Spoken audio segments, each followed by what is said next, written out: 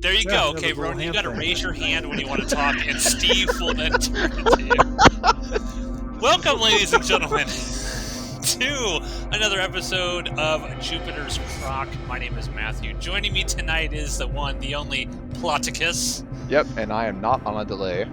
And on a 2-3 probably a 7-second delay. Honestly, we should always have him on a delay down there in Memphis. I mean, on my end, everything sounds good. You were the one who just cracked up right there.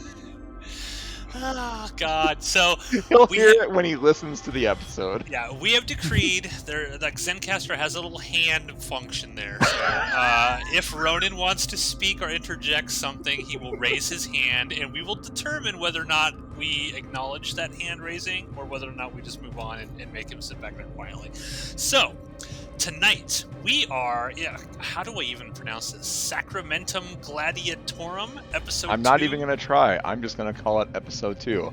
Episode 2 of Blood and Boobs. I mean, Blood and Sand, Spartacus. Last episode, we weren't super hot on it. We'd all agreed that the first episode of this season, The Red Serpent, wasn't the best. I think I liked it a little more than both of you guys did, but our memories are that the first 3 episodes of this show were pretty rough. So now we're moving into episode 2 here. We're going to see if that is indeed the case. Is it true that we're into another bad episode of Spartacus?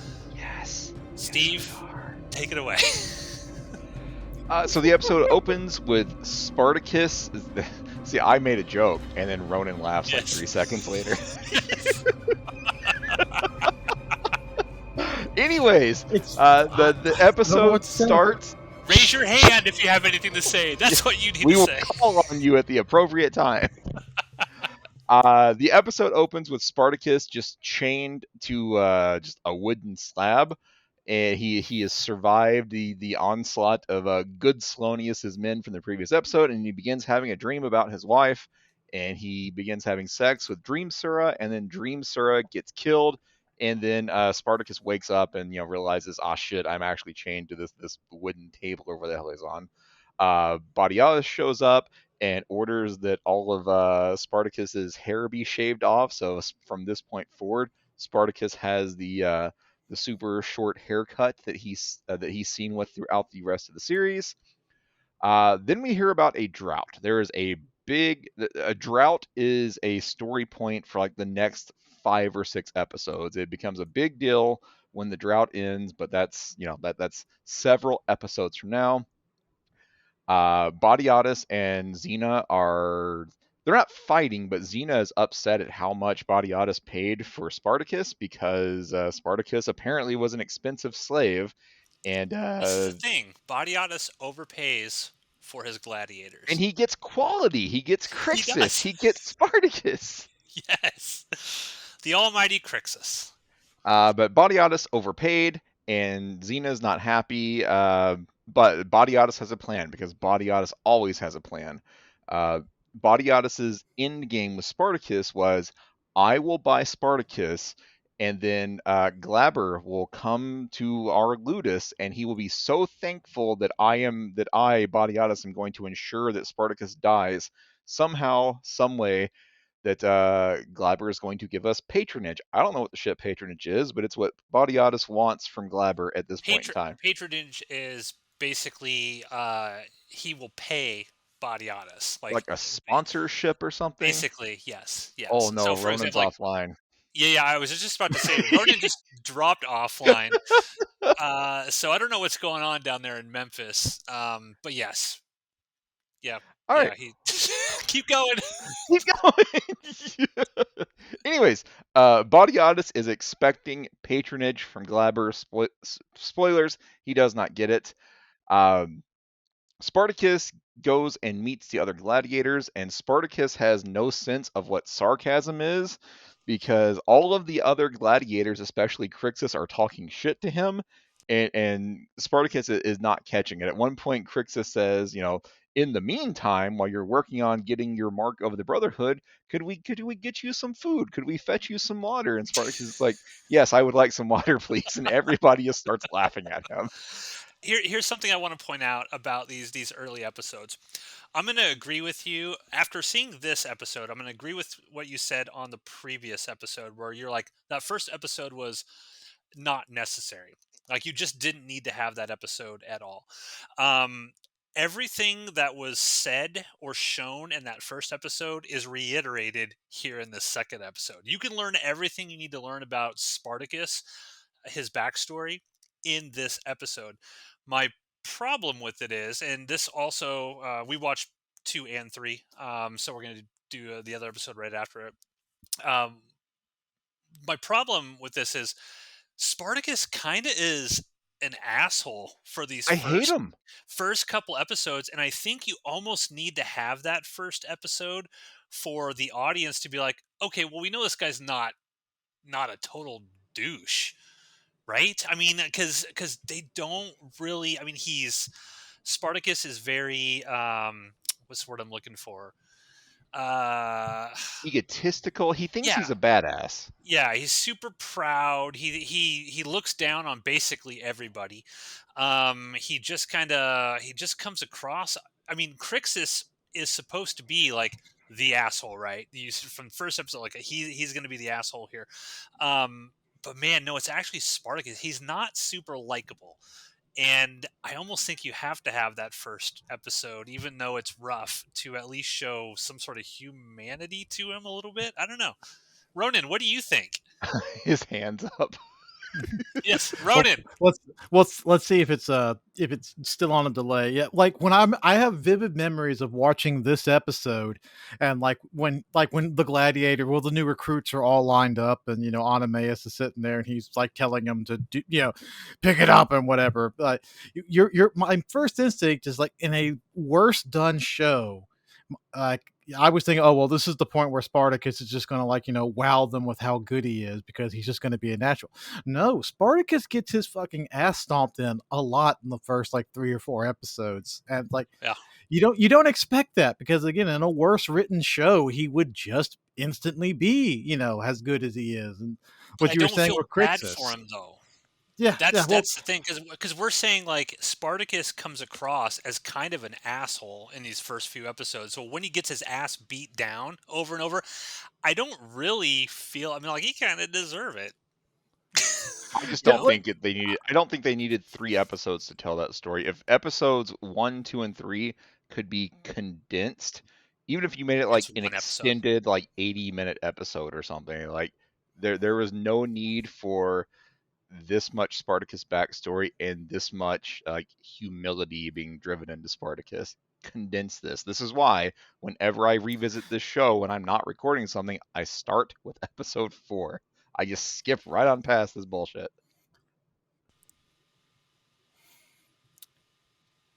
Ronan has nothing to say clearly. Go ahead, Steve. Continue. All right, so where did we leave off? Batiatus has a plan for Galabra of patronage. So Spartacus goes and meets the gladiators. He gets treated like shit by the gladiators and kind of given his attitude. I'd say rightfully so. But then it's time for Spartacus's first training, and he and Vero and 2 or 3 other gladiators whose names are completely unimportant right now. They get taken out red to the shirts. yes, red shirt. Oh, except yeah, no, I was about to say except for Vero, but no, he gets redshirted. Uh, all of these Spoilers. God. characters, it doesn't matter. All of these characters get trotted out, and so they're all being viewed by the gladiators and Oenomaus. Asher tries to kind of ingrain himself in the gladiators, and 5 years later, he still can't walk because of his injury from Gods of the Arena, and people still treat him like shit. But Oenomaus is kind of walking up and down this group, and he's eyeing all these guys. And he gets to Spartacus, and he's like, "All of you, the other 4 of you, have done nothing, but Spartacus, he has done something. Spartacus went into the arena, and he was condemned to die, but he beat 4 other people. He won a 1-on-4 match." And none of that fucking matters. Spartacus, you suck. You will learn how to be an actual gladiator. I found that kind of weird. I would think that. I mean, obviously, the Brotherhood is a big aspect of this show, right? Earning the mark of the brotherhood Yes. and stuff like that, and passing the test, as it were. But I feel like if some dude actually proved himself in the arena, and took out four other guys, I gotta think that the other gladiators there would at least be a little impressed by Yeah, that. that is one of my main complaints about these first couple of episodes is just like the inconsistent treatment of Spartacus's fighting ability and like the respect that it's given. Like it was a big deal to everyone in that arena that Spartacus beat four gladiators 4-on-1. And you can argue that, maybe Spartacus took them by surprise or they were Salonius's men, so maybe they're shitty gladiators, but still, Spartacus, the test of being a gladiator is to go in the arena and survive. And Spartacus won a 4-on-1 match. And then he gets treated like shit. And then he beats Crixus. And then he gets treated like shit again. And then he fights Crixus and loses. Like his performance as a gladiator and how his performance is treated is all over the fucking place during these first 3 episodes. Yeah, and just as a point, in episode 3, I think they try to address that a little bit, and we'll get there. But there is a moment in episode 3 where Spartacus tells Verilic, "I already beat Crixus. Why the hell are they making me go from the bottom all the way up to the very top again?"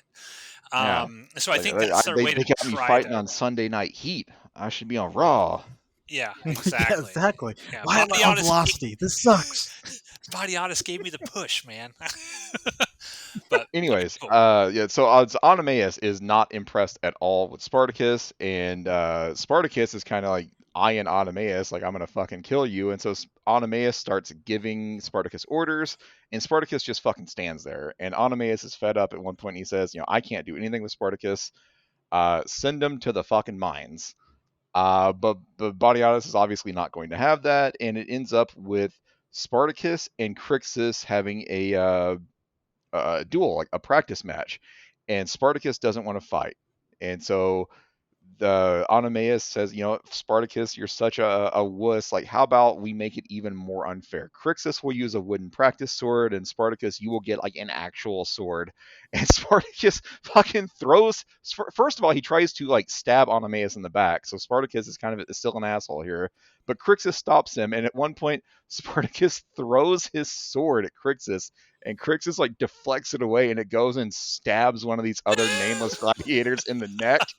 And so Spartacus is responsible for this innocent slave's death, Yeah, like 2 hours into the program. If you were watching this from start to finish, he's not set up In really some great. fairness, well, in some fairness, because we keep saying like, Spartacus is being a dick, he's just being an asshole. This is because like we know later on we're going to like Onomaus and we're going to like these characters. Right now, if you're coming at this chronologically the way you're supposed to from episode 1 of Spartacus, not the prequel show, Spartacus, it's like you're more or less is like, Spartacus was a free man. He got captured, he got screwed over, he got sent here, and now like these assholes are just yelling at him. So I mean, yeah, of course he's not going to listen. Like he's been sent into fucking slavery. So but we I don't think I feel like that because I know what he becomes. Because I remember feeling this way 10 years ago when I first watched this show. I'm watching episodes 1, 2, and 3, and I'm like, Spartacus is an asshole. Like, why is this guy the hero? It's almost like Spartacus thinks of himself as better than the other slaves because he was forced into slavery while these other people were just kind of like, I don't know, born into it, for lack of a better phrase. Like Spartacus seems to like shit on the slaves just as much as the Romans do at this Yeah, point in time. and I don't think Onomaus ever comes across as like an asshole. He comes across as kind of like a boss, but maybe it's just the way that the acting. But I look at Crixus like, okay, Crixus is being an asshole here, but that's his character to play. I don't think Onomaus is an asshole. I think that comes across that he's not an asshole. He's only an asshole when Spartacus is not training. He's not doing what he's supposed to do. He's got to crack the whip like a boss would do. to in the like to slave sense. like a boss would do to a slave. So I mean, I But, don't but know. he's also a slave. That's the thing. It's slave versus slave. But he's like in the slave pecking order in the hierarchy. You know, he's a Like higher there's tier a way slave. to rationalize what Spartacus is doing. There's a way to make it make sense. I still don't like it. I still don't like Spartacus's character at this moment. Well, and also that like a little spoilery for like 2 seasons down the line. Historically, the historical Spartacus was also probably a horrible monster, just like the rest of them. Because like once the slave army got large enough, they did fucking terrible things to Roman villages when they came across them. But that's a long way spoiler ahead. Anyways, Spartacus has his practice match with Crixus. Uh, Crixus just immediately beats Spartacus, and Spartacus will not surrender. He will not put up the two fingers to surrender. And so Onomaus is like, "Fuck it, kill him." But then Batiatus, Smash his brains and split his yeah, skull. Batiatus stops Crixus from finishing off Spartacus because Batiatus still needs Spartacus for his plan to get Glaber's uh, patronage or whatever. Speaking of which, Batiatus is the real hero of this show. He saves Spartacus multiple times. yes, and he in next episode is particularly fucking stupid because of it. Uh, anyway, so Glaber shows up, and there's a bunch of events happening at this point. So these might happen. I might present them out of order, but everything that I'm saying happens. Uh, Glaber shows up, and Batiatus is like, "All right, cool. Glaber's here. I'm going to seal the deal." And so Glaber goes and meets with Spartacus, who Spartacus is chained up, and Glaber tells him about all of the terrible things that have now happened to Spartacus's wife. And Spartacus is like begging and pleading, like, just fucking kill me. Like I will lay down and I will let you kill me if you just protect my wife.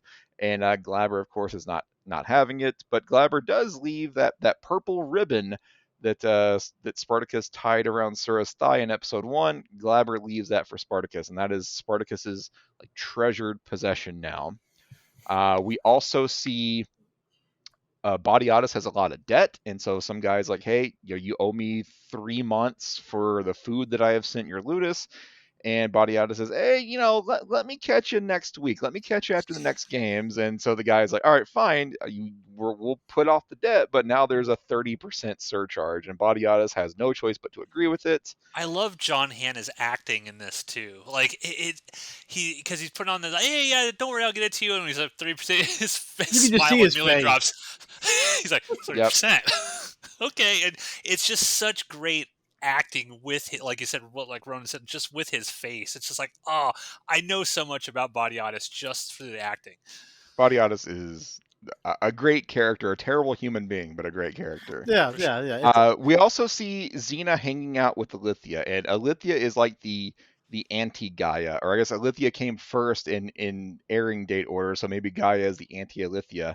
But first you meet Alithia. Alithia is, of course, Glaber's wife, and Xena really wants to impress Alithia, and so Xena's like, "Oh, we prepared this As we all feast." do. Yes. As we all want to impress Olivia. Xena has had the slaves prepare this feast for Alithia, and Alithia is like, "Oh no, you shouldn't have." And at first, for like a half a second, you think Alithia is being like humble. Oh, you shouldn't have. Don't go out of your way for me. But what Alithia actually meant was, you shouldn't have, because this peasant food upsets my stomach. So good. It's so good.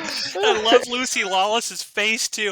Again, there's so much acting in this show just by the reactions. It should be like a class that actors watch because it's just like you just see the disappointment on Lucretia's face. She's like, "Oh my god." We have the benefit of hindsight from the prequel shows. Like we know that face, like the face the Batiatus gave with the 30%, the face that like Lucretia gives with like being snubbed, like, "Oh yeah, this peasant food is terrible." We know that face means bloodshed later on, but at this point in time, we don't know that. Yeah, these two are going to become frenemies, for lack of a better term. They are going to try to one up at each other and double cross each other. constantly while still maintaining that they are the best of buds. Um, Ilithia becomes very interested in the gladiators and just the operations of the ludus. So Ilithia now has a reason to keep coming back to the ludus throughout the rest of the series. Again, a bunch of random things happen. Barca continues to fuck with the new recruits' food. He doesn't piss in it this time, but he just like knocks over the whole pot of food, and so Vero and Spartacus, who have become buddies now, have to eat off the floor. And then Asher shows up, and Asher gives Spartacus bread. And Asher is this little fucking snake. He's trying to ingratiate himself into the people that he thinks might someday possibly have the ability to fucking kill Crixus and the rest of the shithead gladiators. A great And eye so, for talent, because he's yes. kind of right. So Asher makes it, Asher is being, very nice and gracious towards Spartacus. Oh, here, take my food, take my bread. But Asher also makes it clear that he is essentially a bookie, and Crixus put a bunch of money on Spartacus to not even survive the gladiator test. And so, if Spartacus does survive it, then, Crixus owes Asher money. I think that actually happens before Glaber shows up, but like I said, lots of shit's happening here. And this sequence also has another great moment. Again, the acting in this show is phenomenal. Whoever the guy is who plays Asher, when that moment Nick is Carabay, I believe is his name. Oh, he's so good. He's so good. And when Spartacus, when he offers Spartacus the bread, he's like, "You'd offer me your bread." That look on his face, he's like almost disgusted that Spartacus. He's like, My "No, bread? I'm giving No, you my no." bread. No, I face. stole this bread. I'm not gonna give you my bread, you fool. I love the reactions that these characters, because you learn so much about them just based on their how they look. I told you there was a Asher reason has- he was one of my favorites. He's good. Well, at the end of all this, we'll have to rank everybody. Oh, God. Asher has presented himself as the man who knows how to get things, and that is Asher's character at the Evil moment. Red. Yes. So after meeting with Glaber, Spartacus goes out to the arena, and he just starts beating the shit out of this random gladiator recruit. He's taking all of his aggression out, and Oenomaus and the guards have to beat Spartacus to get him off of this other guy that Spartacus has almost killed. And Oenomaus notices Spartacus like reaching, and like as he's being beaten, he's like clawing and trying to get this purple ribbon. And so Oenomaus notices it, and he picks it up. And so now here we are. It's the night of the gladiator test, and it's basically these gladiators having a one-on-one scaffold match. And so the test is 2 gladiators get up on this platform, and if the recruit wins, they're a gladiator. If the recruit doesn't win, but they survive and they fight good enough to impress Batiatus, they get the mark. So Vero, I think, fights Barca and just fights him to a draw. Batiatus eventually just says, no, he doesn't fight Barca. No, he fights. He fights the guy with the net, Naeus. Yeah. So he fights Naeus, and they fight to a draw. And Batiatus says, "Hey, good enough. Vero is a gladiator." And then this nameless gladiator gets up, and he's fighting Barca. And when Oenomaus says, "Begin," this dude just yells and charges at Barca, and Barca, in just like one motion, he just dinks, knocks the sword away, and then he swings around again. Like, Barca's feet don't even move. He swings his sword twice in a circular motion and kills this guy, and the gladiators just fucking burst out laughing. I mean, why wouldn't you? Is awesome, by the way. Barca's great. Awesome. Barca is the gladiator that, like, the most could have been done with him in this show, and he does mostly nothing. In both shows, he does nothing. Yeah. Well, you do find out a little bit of his backstory the next episode that we'll get to. Yep. So now it's time for Spartacus's match. But before this, let's talk about what happened between Spartacus and Batiatus. Batiatus realizes that, okay, well, fuck, Glaber fucked me over. My plan is not going to work. But I invested a lot of money in Spartacus, so I got to get something out of him. I have to get some sort of return on investment. And so he goes and talks to Oenomaus about, how best to bring out Spartacus's talent, because they see Oenomaus doesn't see anything there, but Batiatus sees something there. And so Oenomaus says, well, hey, I saw Spartacus, going for this purple ribbon, and Batiatus immediately realizes the story with Spartacus. And so they make a deal. The deal is that Spartacus has to pass the test and become a gladiator. He has to join the Brotherhood, and then he serves Batiatus as like a faithful gladiator and slave. And in return, Batiatus will try to try to find Sura and reunite Spartacus with his wife. Now, Spartacus, we find out later on, thought that this meant that Spartacus and Sura were going to get free. Batiatus had no intention of freeing them. We find out that Batiatus was intending on them remaining slaves. So Spartacus just scrolled to the bottom of the terms of service and clicked "I agree" without reading the fine print. But anyways, so that's the deal. Spartacus becomes a gladiator and faithfully serves the House of Batiatus, and Batiatus will try to reunite Spartacus with his wife. And so now it's the final test: Spartacus versus Crixus, to see if Spartacus is going to get to join the Brotherhood. And Spartacus sucks. It's time to fight Crixus, and he takes the time to like mournfully look at this purple ribbon and like tie it around his wrist. And Crixus is like, "Are you gonna fucking fight me or not?" And so they end up fighting, and Crixus immediately overpowers Spartacus, and he's got Spartacus down. He's got him pinned down, and so Crixus looks back to Batiatus.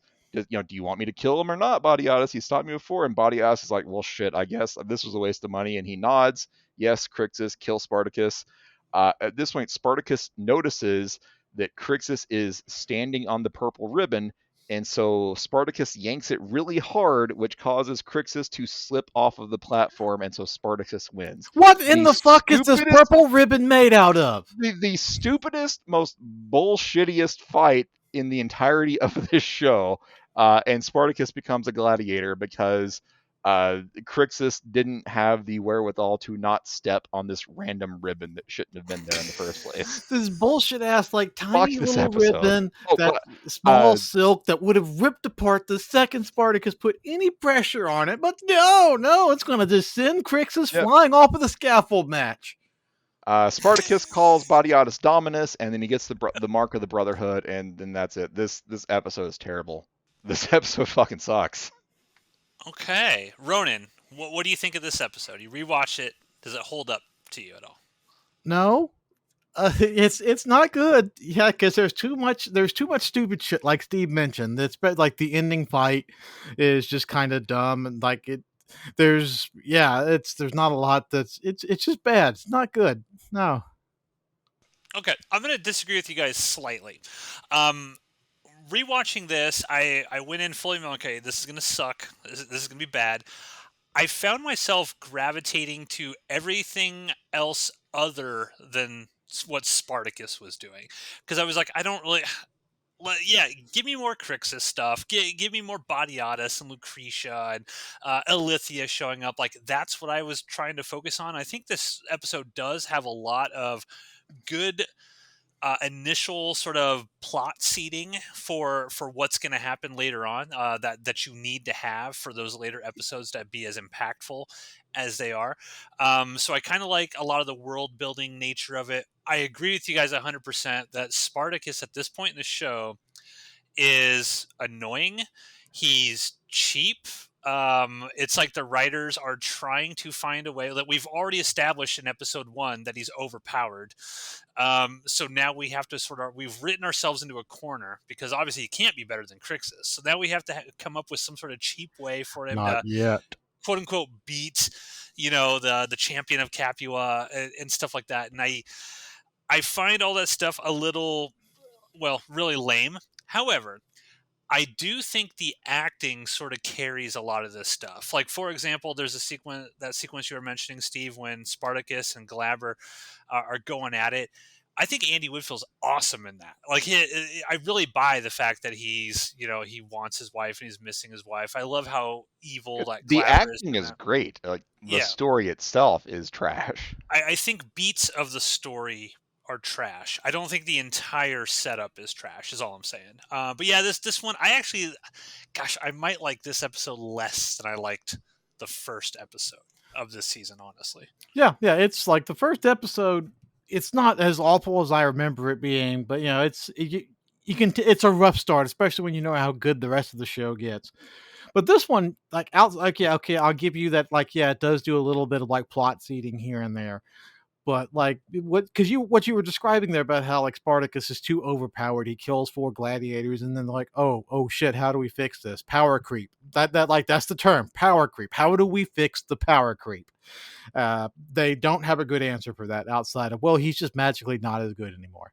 And there's not really a good explanation for that, unless it's just like Salonius's gladiators suck, but they can't suck that much because he's the best ludus. Like in the next episode, like everyone's all set. Oh, it's such a shame we couldn't book Salonius and his offerings this year. We have Good Salonius, please. Good. Put some respect on that man's name. So at this point, he is Spine Salonius. Yes. but yeah, it's. I'm like, I won't go so far as to say this episode's trash, but it's not good. This is like on the gradient scale. This is definitely in the bad territory. It's not a good episode. I'd probably go like a 4 or a 5. And almost all of that 4 or 5 that I'm pointing is all the other characters outside of Spartacus. Now, this episode did have an audio commentary track with it. So I did watch that. So I'm going to hit you guys with some fun facts. Are you ready? Yes. All right, Matt. I know what you're going to go for. We're all ready for it. Matt, tell us about Crixus's balls. Go ahead. Tell us about the balls. They're beautiful. They're beautiful. Okay, so the name of this episode, Sacramentum Gladiatorum, that is actually the gladiator oath. So that's what the gladiators in ancient Rome would actually say. They would say, it's Latin, the Sacramentum Gladiatorum. That is the oath. There is a sequence early on, because the show always has sex in it, right? Where we get to see Batiatus and Lucretia get fluffed by slaves before they start going at it. Now, here's the thing. According to the writers and the producers of this show, that wasn't what the original intent was for this. Can you guys guess? I mean, Ronan, I know you've heard these audio commentaries, but can you guess what their original ideas were going to be for that? I'll throw it to Steve first. I am horrified to even venture a guess. Ronan, do you remember what they said here? Go ahead and tell us. I guess go ahead and bestiality and or asphyxiation was how they were going to play that scene, and then they decided, oh no, fluffing would be a little bit better. So fluffing's going to work a lot. I think the Stars management's going to be a lot happier with fluffing. Yeah. So they went with fluffing for that. So there's a sequence here where Spartacus is sort of, I don't know, in the, what do you call it? Kind of like the gym area with all the dudes and the ludus, like the baths. Yeah. Manu Bennett goes completely full frontal during this whole sequence, right? I think there's a couple other guys that are full frontal in this, and that's one of the interesting things about this show is this is one of the shows. I know HBO was doing stuff, like this off and on, but this is one of the shows that I can remember, early shows that were like, they did not care about full frontal male nudity. They just did it without apologies. So they talked about this sequence in general, and in the script, it said that Crixus was nude during this sequence, and Manu Bennett was like, well, fuck this, I'm just going to do it completely nude. Kind of to the shock of, everyone, because he's like a co-lead of this series, you could argue.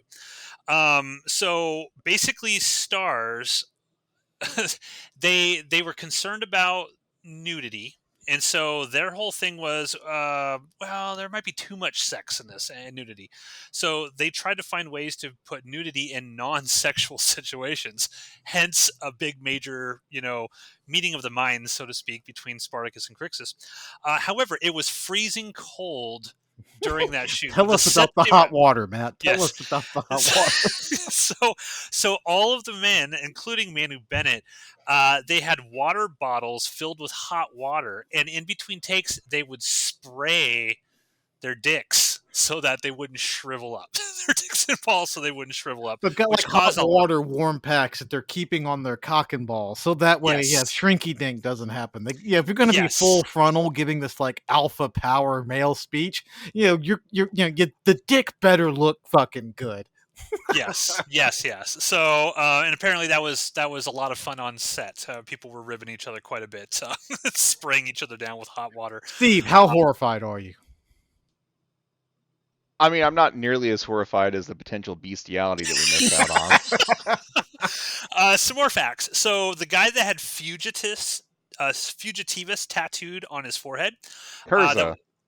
That was Rob Tappert's idea. Originally, it was just going to be a guy with a Fu Manchu mustache, and they thought it would be more interesting if they tattooed him that he's a fugitive and put him in there to make him more memorable.